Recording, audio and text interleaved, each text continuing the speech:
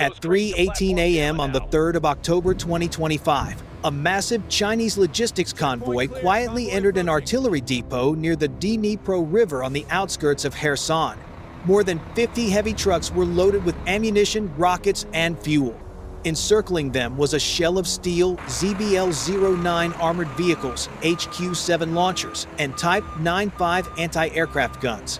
When the industrial floodlights came on, the true scale of the operation emerged. The convoys began backing into underground storage bays, operating like a thoroughly trained force. But they didn't know that above them, Ukrainian reconnaissance UAVs were silently watching, relaying every encrypted frame to the command center in Kyiv. Within minutes, Ukrainian officers understood this wasn't a routine resupply. The enormous stockpile and dense defensive ring revealed one thing: the enemy was preparing a major offensive on the southern front. This depot was the lifeline feeding that entire plan, and it had to be cut. At 3:26 a.m., Ukraine's first response began. 6 Bayraktar TB-2 UAVs circled at nearly 10,000 feet, scanning every meter of ground with thermal and optical sensors. Under infrared, the entire depot layout, every truck, every air defense position came into sharp relief. The target map was completed in silence. A few minutes later, 2 old Soviet reconnaissance jets roared low over the area. This wasn't a real attack, but a perfect feint. They were programmed to generate enormous radar signatures, making the Chinese air defenses believe a large-scale bombing run was starting right overhead. Immediately, the HQ-17 crews locked on and salvoed multiple surface-to-air missiles, while Type 95 guns lit the sky. But those bombers were decoys. As the enemy wasted munitions on Phantoms, Ukraine quietly gained something more valuable: the precise coordinates of the opponent's entire radar network. While the Chinese missile crews were busy reloading, Ukraine already had a complete air defense map. The radar emissions were exploited thoroughly. Every gun, launcher, and command post was marked. A flawless ruse forcing the enemy to expose itself and reveal the entire defensive bloodstream within minutes. While the opponent kept sweeping an empty sky, the real strike hit. At 3:32 a.m., dozens of small Ukrainian FPV drones surged in from multiple directions, flying below 120 feet and masking behind the terrain.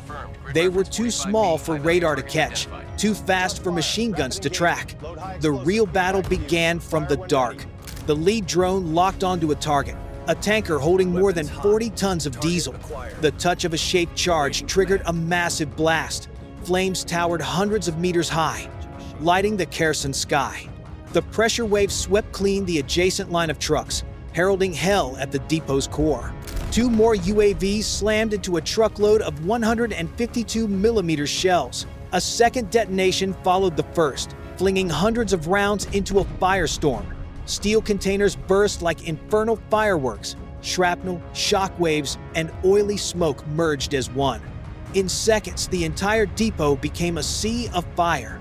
Chinese security teams fired back in desperation, but the targets were too small, too fast, and too close to the ground for their shots to matter. Amid the chaos, another phase of the plan began. From earthen trenches around the depot's rim, autonomous Ratel-S ground robots surfaced, using thermal sensors to pick out machine gun nests and camouflaged radar trucks. Coordinates were sent straight to Ukrainian artillery miles away. The first salvos crashed onto the enemy's hiding spots. The air defense feint had become a killing trap, pinning the entire Chinese force in place. At 3:39 a.m., the fire spread further. The weapons depot was now the epicenter of collapse. From afar, heavy-lift Ukrainian UAVs crawled low through the smoke, dropping swarms of small robots mongoose on the depot's outskirts. They touched down softly under ultralight parachutes, vanishing into tall grass only a few hundred meters from the Chinese tank positions. Night and smoke concealed the entire infiltration. With 6 road-gripping wheels, their infrared navigation quietly engaged. The mongooses sprinted off backpack-sized but deadlier than artillery shells. Ahead lay a row of Type 99, a tank's 55-ton beasts with 700mm of armor. But beneath that steel belly was exactly the weakness Ukraine was aiming for. Hidden by the receding thunder of explosions, the little robots crept up to each tank. They latched on with magnetic arms and set shaped charges right on the engine compartments. Tiny clicks sounded amid the chaos. When the engine started, the charges would detonate, destroying million-dollar machines from within without firing a single round. By 3:46 a.m., 8 Type 99, as were rigged without anyone noticing. Inside the depot, Chinese troops still thought they were just fighting UAVs. Meanwhile, the mongooses sent success signals back to control. Every time delay charge was ready, awaiting a single order: execute. At 3:52 a.m., a six-person Ukrainian special operations team began to move. Using suppressed all-terrain vehicles, they crossed a dry canal over 3 kilometers from the depot. Through night vision optics, everything appeared like daylight. They spoke not a word, only hand signals. Each knew their position, target, and timing. The raid was on a countdown.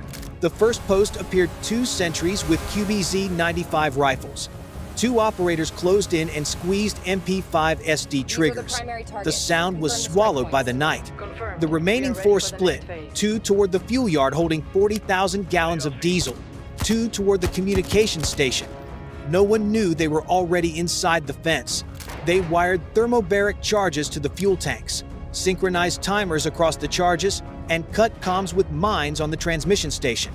2 detached teams breached the fence and planted charges on the comms vans. Everything was set without a single alarm. By 4:53, guard posts had been neutralized. At 4:12 a.m., the spearhead opened. Ukrainian armor surged from the tree line, led by Leopard 2 A6S with Bradley M2S behind. Overhead, an RQ-20 Pummer fed thermal video directly to a Caesar battery, 12 kilometers away, cueing precise opening fires for the infantry.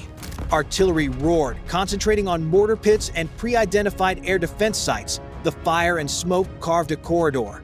As the first Leopard crested the rise, its gun erased a machine gun bunker, while a Bradley pushed up, its 25mm suppressing the perimeter and cracking the defensive line in minutes of brutal fighting. By 4:18 a.m., Ukrainian armor was at the south gate, their guns pounding and breaking resistance. The Bradley slid in, wiping out blocking points as infantry poured through the gap. Combined tank action and precision fires turned a fortified line into scattered fragments within minutes. At 4:22, a psychological capstone hit.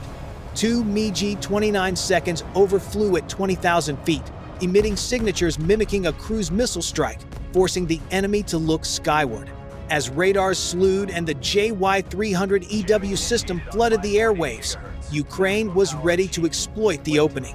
That's how a Ram-2 loitering munition slipped in quietly from the west, controlled via an optical bypass line hidden on a farm 1.2 miles away, completely avoiding jamming. Its sole target, the mobile command vehicle coordinating the entire defensive response, and it would fall before anyone could react. At exactly 4:29 a.m., the Ram-2 dove and punched through the command vehicle. The blast opened a straight path into the underground depot behind it. Fire reached PHL-03 rockets and munitions, triggering a catastrophic chain reaction. Fire pits erupted, the ground shook, and within minutes, the entire facility became a volcanic cone of soot and smoke. A second strike destroyed the transceiver station, severing all communications. From the wreckage, secondary explosions rippled. Munitions cooked off, and the depot turned into a giant crater. By 4:35, the logistics hub was beyond recovery. The southern supply artery was completely severed. Amid the ashes, Ukrainian soldiers found 2 wounded men and managed to save them, an act showing battlefield principles still hold humanity. The mission marked a chained, multi-domain victory: information, electronic warfare, robotics, air power, and infantry in concert, crippling the opponent's southern offensive plan for a long time.